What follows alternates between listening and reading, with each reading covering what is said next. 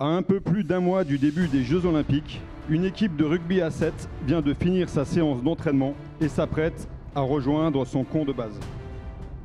Les joueurs quittent ainsi leur vestiaire pour regagner leur bus.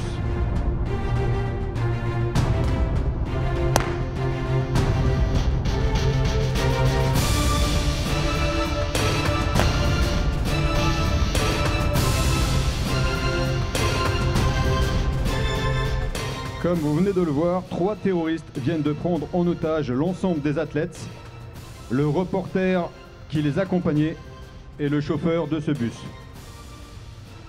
Par convention d'exercice, nous considérons qu'il n'a pas été possible d'obtenir la reddition des ravisseurs par la négociation. Les revendications des terroristes sont les suivantes.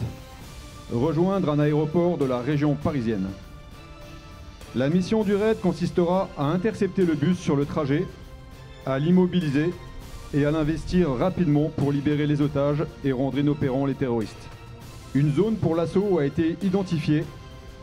Un drone est envoyé sur cette zone pour s'assurer de la faisabilité de l'opération et ensuite aviser le dispositif du raid de l'arrivée du bus.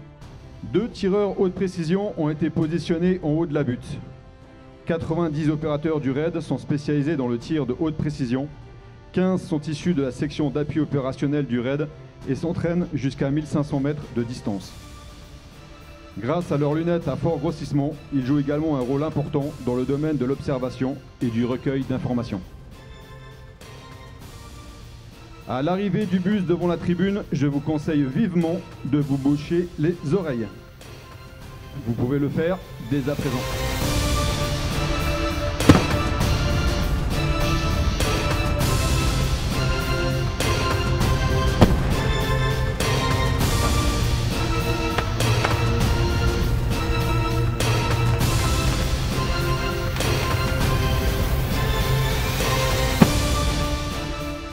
Les otages sont évacués, mais font quand même l'objet d'une levée de doute, de façon à s'assurer qu'aucun terroriste ne s'est dissimulé parmi eux.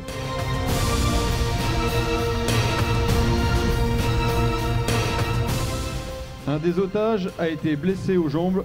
Il va être pris en compte par le médecin de la colonne d'assaut.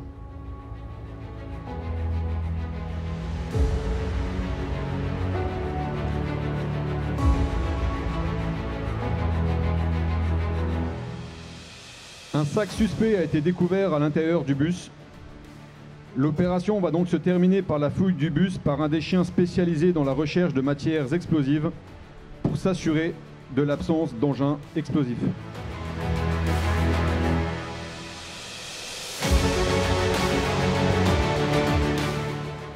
La levée de doute a été effectuée. Aucune substance explosive ne se trouve à l'intérieur du bus. La démonstration est désormais terminée. Je vous remercie pour votre attention.